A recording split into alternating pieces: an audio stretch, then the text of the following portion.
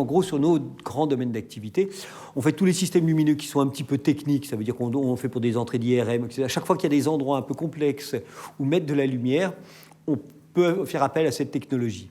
On ne sera jamais compétitif avec l'écran LED que vous avez chez vous dans votre télévision. Ce n'est pas notre marché. Par contre, on est sur des marchés qui sont bien spécifiques. Dans la santé, très important parce qu'on ne transmet que la lumière, donc on ne transmet pas la chaleur, on ne transmet pas l'électricité. Tout ça, c'est déporté. Donc en gros, on a inventé une turbulette, on soigne un bébé en l'ayant dans les bras. Et ce bébé-là, il n'a pas de chaleur, il n'y a pas d'électricité sur son système de traitement. Donc ça, c'est notre savoir-faire. Aujourd'hui, on a un nouveau système qui s'appelle Kermin 650 pour le traitement des mucites dans les cancers du larynx. Donc en fait, chaque fois qu'on a besoin de lumière quelque part, on va l'utiliser. Donc la santé, c'est un sujet très important pour nous. L'automobile, c'est un autre sujet très important puisqu'effectivement, aujourd'hui, il y a plein d'endroits où les constructeurs automobiles ont envie de mettre de la lumière, d'ambiance, technique pour pouvoir interpeller le conducteur quand il va bientôt plus conduire et donc il va falloir lui donner des signaux de lumineux, etc. Donc en fait, ça, c'est un sujet qui nous intéresse énormément. Et puis, on s'intéresse beaucoup à l'utilisation de la lumière pour produire quelque chose. Et cette lumière-là, la photosynthèse marche très bien. En gros, on a besoin de soleil pour que nos arbres, etc., on a besoin de CO2, etc. Donc on a des sujets sur lesquels on s'est impliqué, et entre autres un qui nous intéresse énormément, qui est la production de microalgues, où là on a besoin de lumière.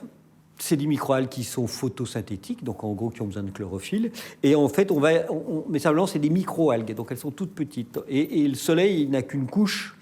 Donc en gros, la microalgue, quand elle a besoin d'avoir de la lumière, quand on met un spot avec une cuve avec de l'eau dedans et des microalgues, les premières vont se coller contre le verre et vont prendre toute la lumière. Donc en gros, les systèmes de production ne sont pas bons.